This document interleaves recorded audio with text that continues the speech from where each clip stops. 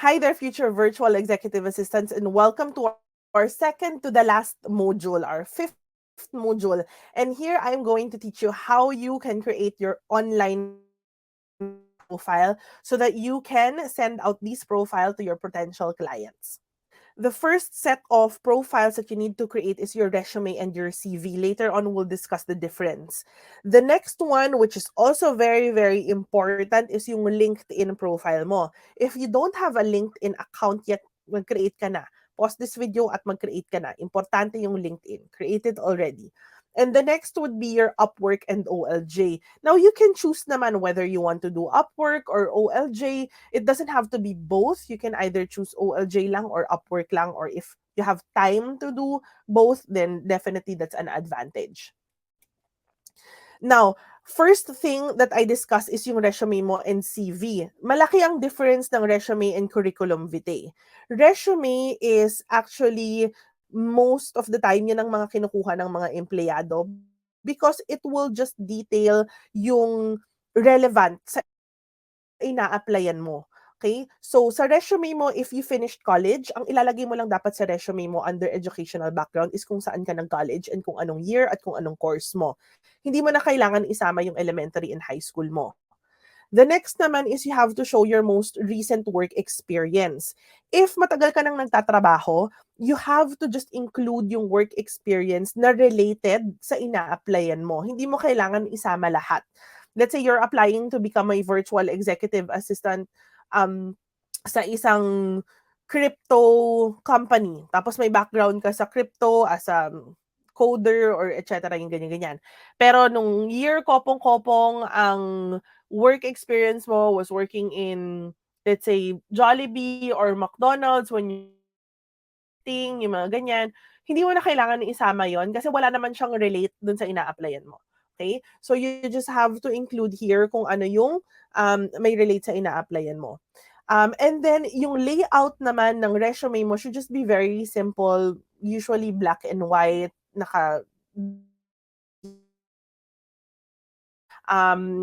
hindi siya kailangan maging colorful or whatever.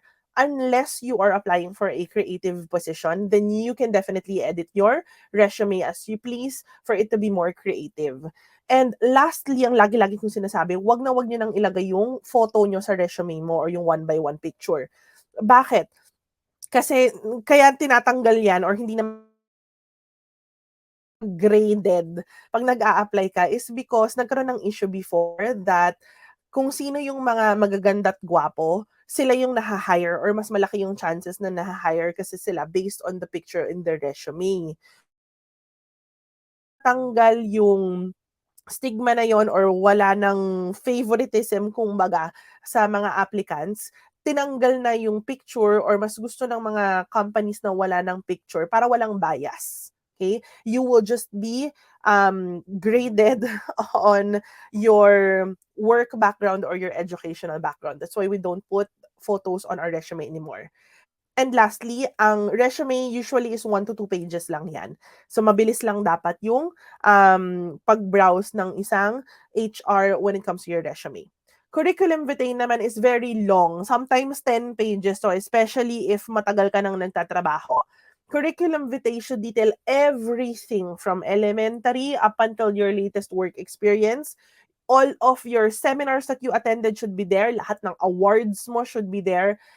Basta lahat ng nangyari sa buong buhay mo that has to do with your education and your professional life should be in your curriculum vitae. Best example is my dad. My dad was applying for government position. He's already, I think, 68. And I printed out his curriculum vitae and it was, I think, 12 pages long. All of his awards are there. Lahat ng mga seminars na inattendan niya, lahat ng posisyon na nakuha niya before, everything is all there. And then this is where your picture comes in also. So yun lang yung malaking difference ni resume and ni curriculum vitae. The next profile that you're going to create is Upwork and OLJ. Now, Upwork, medyo mahirap gumawa ng profile sa Upwork. Ako hanggang ngayon, wala pa rin akong profile sa Upwork. But OLJ naman is very, very easy lang to create a profile. Kailangan mo lang ng valid ID mo at saka ng, I think, proof of billing for you to be able to get the 99 ID proof. Sa Upwork and OLJ. Now, sa Upwork, they are both job search engines. But sa Upwork kasi, when you search for jobs sa Upwork, si Upwork will get a percentage of your income. Si OLJ, wala naman. Talagang job search lang siya and then you're going to negotiate with whoever client you're going to be able to get from OLJ. And the last one would be your LinkedIn profile. Now, LinkedIn is actually already a social media platform that focuses on professional and career information. So it's very important to create LinkedIn profile kasi marami ka na ring makukuhang clients sa LinkedIn. And marami ka ring matututunan sa LinkedIn. May mga short courses sila. Basta anything that has to do with your career and professional life. If you want to improve on your career path, LinkedIn should be on the top of the list ng unang-unang gagawin mo ng online profile mo.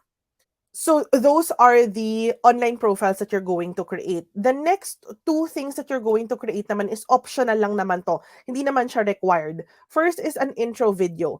Just in case your client asks for an intro video, you can create it. It's a 2-minute video. It should just include your something about you, educational background, and work experience. Better to have a script that you're reading. Make sure na maayos yung locationin mo. And 2 minutes lang siya. Very quick lang siya. The intro video it's a very rare requirement, but it's good that you know how to create one. And lastly naman is a portfolio. Now, if you're a creative, importante yung portfolio. But if you are a virtual executive assistant, usually hindi na kailangan ng portfolio. A resume or a CV is already okay, or a LinkedIn profile is already enough. So those are the online profiles that you have to be familiar with or you have to create as a virtual executive assistant.